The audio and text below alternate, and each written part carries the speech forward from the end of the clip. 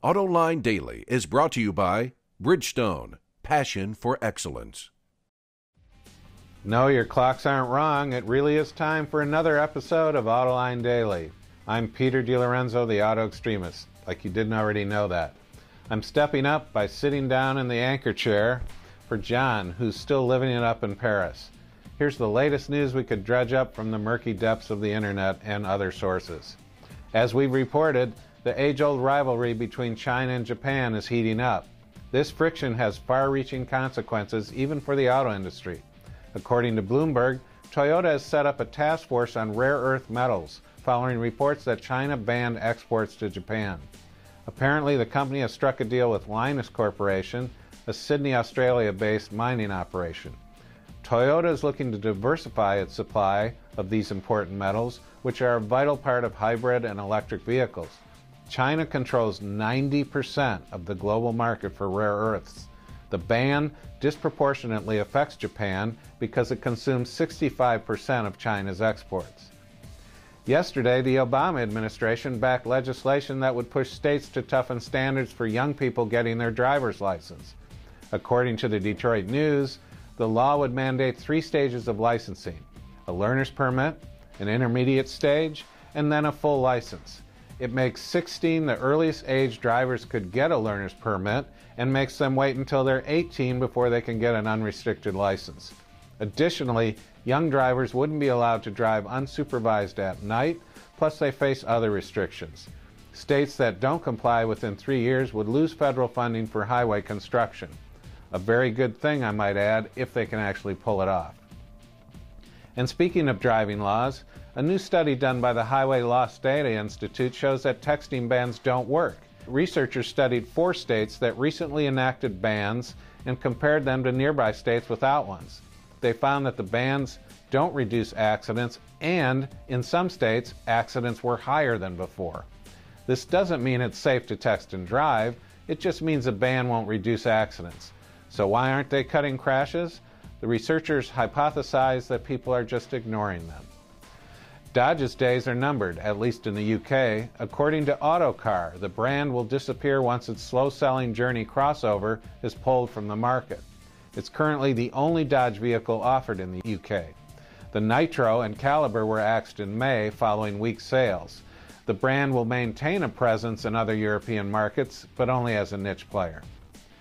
More evidence GM is hedging its bet with the Chevy Volt. Last week we reported that the company is getting ready to launch a test fleet of all-electric Chevy Cruzes in South Korea. And now the Detroit Free Press reports that it will develop electric versions of the Opel Meriva. GM is teaming up with Mi Regio Mobile with funding from the German government to develop the vehicle. GM says it's a pure research vehicle and it will be used to study the practicality, user-friendliness, and acceptance among consumers. Whatever, it seems like GM just doesn't want to get left out of the EV market if the Volt doesn't catch on. Europeans love hatchbacks and wagons. Americans do not. This is practically a law of physics. But Ford is having some surprising success with its recently introduced Fiesta.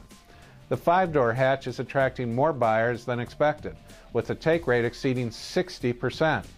This flies in the face of common knowledge. According to Ward's, hatchbacks accounted for just 8.3% of U.S. sales last year. Because of this unexpected popularity of the Fiesta hatchback, the company is expecting the 5-door version of the 2012 Focus in America, which goes on sale next year, to be a stronger player in the car's product mix. Could this signal a big shift in the market? Next, we'll get to my opinion on the Volkswagen-Porsche merger. That's coming up right after this. Introducing Bridgestone's 3rd generation of run-flat tires with groundbreaking new Bridgestone technologies. Bridgestone run-flat tires offer improved ride comfort, lower rolling resistance, and improved wear while giving you the peace of mind and comfort you need.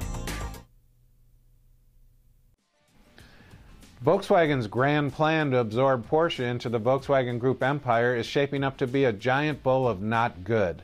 The plan revolves around the hoary idea of using multiple platforms to dumb down Porsche in the interest of gaining more volume and ultimately more profits.